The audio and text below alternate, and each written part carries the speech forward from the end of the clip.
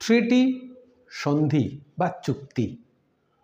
ইতিহাসের ক্ষেত্রে সন্ধি বা চুক্তির গুরুত্ব কতটুকু প্রাসঙ্গিক এবং যুগ পরিবর্তনকারী সেটা ইতিহাসের ছাত্র হিসাবে আমরা উপলব্ধি করতে পারি। একটা দেশের সঙ্গে আরেকটা দেশের সম্পর্ক, একটা জাতির সঙ্গে একটা জাতির সম্পর্ক, একটা অঞ্চলের সঙ্গে আরেকটা অঞ্চলের সম্পর্ক এবং বিশ্বের বৃহত্তর কিছু যুদ্ধের অবসানের ক্ষেত্রে সন্ধিগুলি গুরুত্বপূর্ণ ভূমিকা পালন করে থাকে। আজকের এই ভিডিওতে আলোচনা করব আধুনিক ভারতের ঐতিহাসিক চুক্তি বা সন্ধিসমূহ, the historical treaties of modern India, যেখান থেকে অনেকগুলি প্রশ্ন আসে। ভারতবর্ষের ইতিহাস ভিত্তিক যতগুলি পরীক্ষা হয় সেই প্রত্যেকটা পরীক্ষাতে সন্ধি চুক্তির একটা বিশাল ভাগ থাকে এবং প্রত্যেকটা সন্ধি চুক্তি থেকে একটা, দুইটা, পাঁচটা এমন অনেকগুলি কোয়েশ্চেন এসে থাকে। আজকের এই ভিডিওতে অনেকগুলি নির্ণায়ক সন্ধি, মোটামুটি 100টা সন্ধি নিয়ে আলোচনা করব।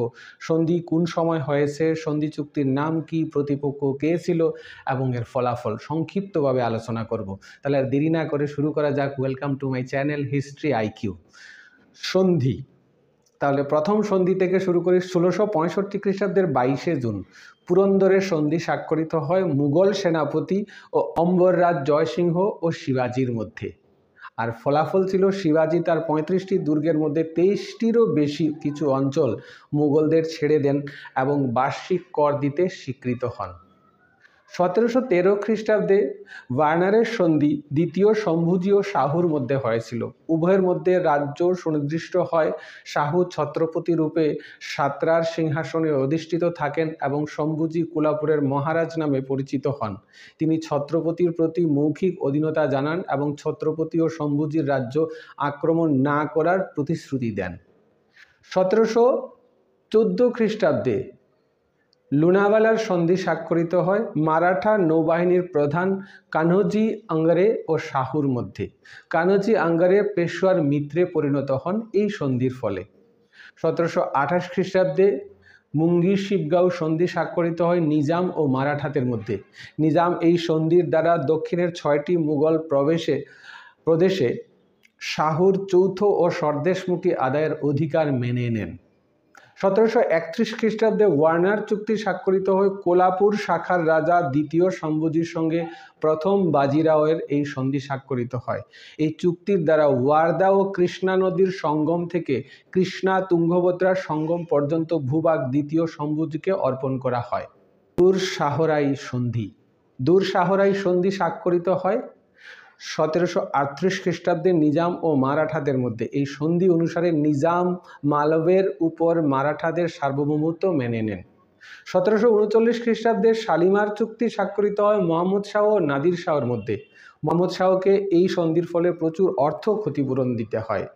সাঙ্গোলার চুক্তি 1750 খ্রিস্টাব্দে ছত্রপতি রামরাজের সঙ্গে পেশোয়ার বালাজি বাজিরাওয়ের এই চুক্তি স্বাক্ষরিত হয়। এই চুক্তির ফলে পেশোয়া অপরিসীম ক্ষমতার অধিকারী হন এবং ছত্রপতি একটি আলংকারিক পদে পরিণত হয়।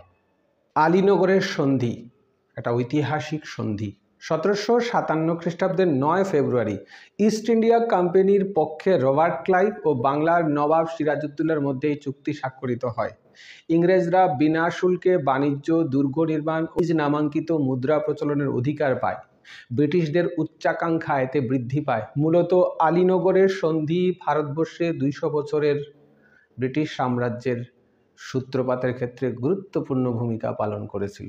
1765 খ্রিস্টাব্দে এলাহাবাদের প্রথম সন্ধি রবার্ট ক্লাইভ ও অযোধ্যার নবাব সুজাউদ্দৌলার মধ্যে হয়েছিল। এই সন্ধির মাধ্যমে নবাব ক্লাইভকে 50 লক্ষ টাকা এবং কারা ও এলাহাবাদ অঞ্চল মুঘল সম্রাটকে হস্তান্তর করতে রাজি হন। এলাহাবাদের দ্বিতীয় সন্ধি 1765 খ্রিস্টাব্দের 12ই আগস্ট রবার্ট ক্লাইভ ও দিল্লির মুঘল সম্রাট দ্বিতীয় শাহ আলমের মধ্যে হয়েছিল। ব্রিটিশরা দেওয়ানির অধিকার লাভ করে বাংলার রাজস্ব থেকে দিল্লির বাদশাহকে 26 লক্ষ টাকা এবং বাংলার নবাবকে বার্ষিক 50 লক্ষ টাকা দেওয়া হবে বলে স্থির করা হয়। এই দেওয়ানি লাভই ছিল ভারতবর্ষে ব্রিটিশ সাম্রাজ্যের ভিত স্থাপন করার ক্ষেত্রে একটা গুরুত্বপূর্ণ পদক্ষেপ। মাদ্রাজের সন্ধি 1769 হায়দার আলী ও ইংরেজদের মধ্যে এই সন্ধি স্বাক্ষরিত হয়েছিল।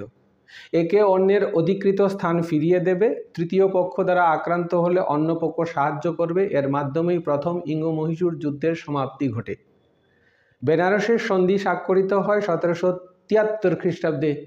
ইংরেজ ওয়ারেন হেস্টিংসের সঙ্গে অযোধ্যার নবাব সুজাউদ্দৌলার এই সন্ধি স্বাক্ষরিত হয়। এই সন্ধির দ্বারা কোম্পানি 50 লক্ষ টাকার বিনিময়ে কারা ও এলাহাবাদ জেলার অযোধ্যার নবাবকে ছেড়ে দেয়। নবাব মাসে 2 লক্ষ টাকা দিতে প্রতিশ্রুতিবদ্ধ হন। মতান্তরে যদিও বলা হয় 2,10,000 টাকা।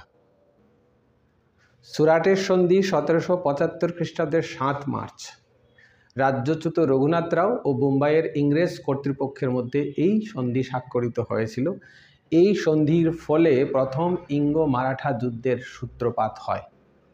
পুরন্দরের সন্ধি 1776 খ্রিস্টাব্দ। দ্বিতীয় মাধব রাও, যিনি পেশোয়া ছিলেন, এর সঙ্গে পুনার ব্রিটিশ কর্তৃপক্ষ কর্নেল অপটন এই সন্ধি স্বাক্ষর করেন।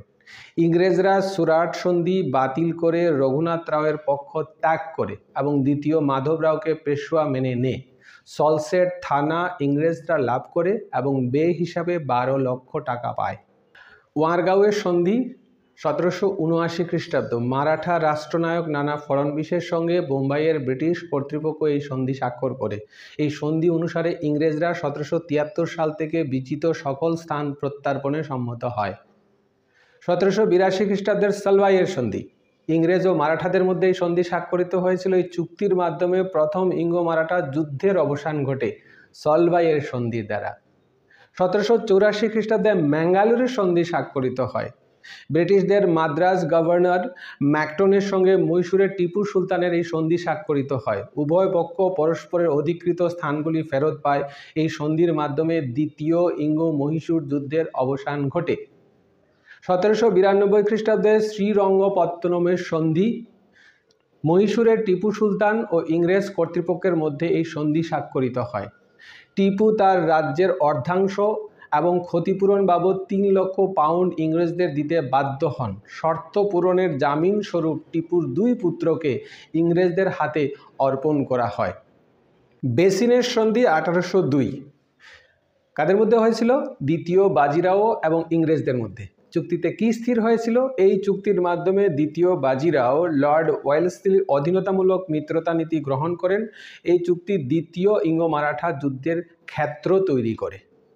দেওগাঁওয়ের সন্ধি 1803 খ্রিস্টাব্দের 17 ডিসেম্বর। ভোসলের সঙ্গে ইংরেজদের এই সন্ধি স্বাক্ষরিত হয়। এই সন্ধির দ্বারা ভোসলে কটক ও বালেশ্বর এবং মধ্য ভারতে একটি রাজ্যখণ্ড ইংরেজদের ছেড়ে দেন। সুরজি অঞ্জনগাঁওয়ের সন্ধি 1803 খ্রিস্টাব্দের 30 ডিসেম্বর। সিন্ধিয়ার সঙ্গে ইংরেজদের এই সন্ধি স্বাক্ষরিত হয়। এই সন্ধির দ্বারা সিন্ধিয়া গঙ্গা, যমুনা, দোয়াবে ইংরেজ আধিপত্য স্বীকার করে নেন। বুরুজ ও আহমেদনগর কোম্পানিকে দান করা হয়। বুরহানপুরের সন্ধি 1803 খ্রিস্টাব্দ। মারাঠা সিন্ধিয়ার সঙ্গে ব্রিটিশদের এই সন্ধি স্বাক্ষরিত হয়। সিন্ধিয়া নিজ রাজ্য ব্রিটিশ সেনা রাখতে এবং দরবারে ইংরেজ রেসিডেন্ট রাখতে স্বীকৃত হন। 1805 খ্রিস্টাব্দে রাজপুর ঘাটের সন্ধি। ইংরেজ সেনাপতি লর্ড লেকের সঙ্গে যশবন্তরাও হোলকারের এই সন্ধি স্বাক্ষরিত হয়। দ্বিতীয় ইঙ্গ-মারাঠা যুদ্ধের সমাপ্তি ঘটে এই সন্ধির মাধ্যমে। এটি ছিল লর্ড ওয়েলসলির অধীনতামূলক মিত্রতার মাধ্যমে রাজ্য বিস্তারের শেষতম সন্ধি। 1809 খ্রিস্টাব্দে অমৃতসরের সন্ধি স্বাক্ষরিত হয়। লর্ড মিন্টোর দূত চার্লস মেটকাফের সঙ্গে রঞ্জিত সিংহের সন্ধি স্বাক্ষরিত হয়। শতদ্রু নদী রঞ্জিত সিংহের রাজ্যের পূর্ব সীমানা হিসাবে নির্দিষ্ট হয় এবং স্থির হয় শতদ্রু নদীর পূর্ব তীরে শিখ মিসলগুলি ইংরেজদের অধীনে থাকবে। সগৌলির সন্ধি 1816 খ্রিস্টাব্দ। ইংরেজদের পক্ষে ডেভিড অস্ট্রালনির সঙ্গে নেপালের গুর্খাদের এই সন্ধি স্বাক্ষরিত হয়। এই চুক্তির মাধ্যমে সিমলা, মিসৌরি, নৈনিতাল, আড়মুড়া, কুমায়ুন, গাড়ওয়াল প্রভৃতি অঞ্চলে ব্রিটিশ প্রাধান্য প্রতিষ্ঠিত হয়। সিকিমের গুর্খা আধিপত্য খর্ব হয়। নেপালের রাজধানী কাঠমান্ডুতে একজন ব্রিটিশ রেসিডেন্ট রাখা হয়। 1818 খ্রিস্টাব্দে মান্দাসুরের চুক্তি স্বাক্ষরিত হয়। হোলকার ও ইংরেজদের মধ্যে এই সন্ধি স্বাক্ষরিত হয়। রাজপুত রাজ্যের উপর হোলকারের আধিপত্য পরিত্যক্ত হয়। মেবার, যোধপুর, জয়পুর প্রভৃতি রাজ্যে কোম্পানির সার্বভৌমত্ব প্রতিষ্ঠিত হয়। 1817 খ্রিস্টাব্দে পুনার চুক্তি, পেশোয়া দ্বিতীয় বাজিরাও ও ইংরেজ কর্তৃপক্ষের মধ্যে এই চুক্তি স্বাক্ষরিত হয়। এই চুক্তিতে লর্ড হেস্টিংস ছিলেন ইংরেজ কর্তৃপক্ষের পক্ষে। পেশোয়া পদ বিলুপ্ত হয়, তিনি ইংরেজদের বৃত্তিভূকিতে পরিণত হন পেশোয়া। 1817 খ্রিস্টাব্দের নভেম্বর মাসে গোয়ালিয়রের চুক্তি স্বাক্ষরিত হয়। দৌলত রায় সিন্ধিয়া এবং ইংরেজদের মধ্যে গোয়ালিয়রের সন্ধি স্বাক্ষরিত হয়। ইংরেজদের পক্ষে ছিলেন লর্ড হেস্টিংস। সিন্ধিয়া পিন্ডারির দস্যু দমনে ইংরেজদের সাহায্যের জন্য এই চুক্তি করেন এবং চম্বল নদীর অপর তীরবর্তী রাজ্যগুলির উপর সমস্ত অধিকার ত্যাগ করেন। 1817 খ্রিস্টাব্দের নাগপুরের সন্ধি রঘুবীর ভ্রাতুষ্পুত্র আল্লাহ সাহেব ও ইংরেজদের মধ্যে এই চুক্তি স্বাক্ষরিত হয়। এই চুক্তির মাধ্যমে লর্ড হেস্টিংস মারাঠা জাতির স্বাধীন অস্তিত্বটুকু মুছে দিতে আগ্রহী হন। ইয়ান্দাবুর সন্ধি উত্তর পূর্ব ভারতের জন্য সবচেয়ে গুরুত্বপূর্ণ সন্ধি। 1826 খ্রিস্টাব্দে এই সন্ধি স্বাক্ষরিত হয় ব্রহ্মরাজা পাগেডুয়া এর সঙ্গে ইংরেজ কর্তৃপক্ষ লর্ড আমহার্স্টের। ব্রহ্মরাজ আসাম, কাছাড়, জয়ন্তিয়া, মণিপুর রাজ্যের উপর তার দাবি ছেড়ে দেন। এগুলি ব্রিটিশ সাম্রাজ্যভুক্ত হয়। আরাকান ও তেনাসেরিম ইংরেজদের অধীনস্থ হয়। 1846 খ্রিস্টাব্দে লাহোরের সন্ধি স্বাক্ষরিত হয়। ইংরেজদের সঙ্গে শিখদের এই সন্ধি স্বাক্ষরিত হয়। শিখরা প্রচুর ক্ষতিপূরণ সহ কাশ্মীর ও জলন্ধরের দুয়াব ইংরেজদের ছেড়ে দিতে বাধ্য হয়। 1879 খ্রিস্টাব্দে গন্ডমার্কের সন্ধি, শের আলীর পুত্র ইয়াকুব খাঁর সঙ্গে ইংরেজদের এই সন্ধি স্বাক্ষরিত হয়। এই সন্ধির দ্বারা কাবুল দূতাবাস স্থাপন ও আফগানিস্তানের বিদেশ নীতি নিয়ন্ত্রণে ইংরেজরা অধিকার পায়। 1904 খ্রিস্টাব্দে লাসার সন্ধি স্বাক্ষরিত হয়। তিব্বতীয়দের সঙ্গে ইংরেজ কর্তৃপক্ষের এই চুক্তি স্বাক্ষরিত হয়। ইংরেজরা তিব্বতের 3টি বাণিজ্য কেন্দ্রে তাদের অধিকার প্রতিষ্ঠিত করে এবং সেখানে বাণিজ্যিক প্রতিনিধি রাখার অধিকার পায়। 1916 খ্রিস্টাব্দে লখনৌ চুক্তি কংগ্রেস ও মুসলিম লীগের মধ্যে হয়েছিল।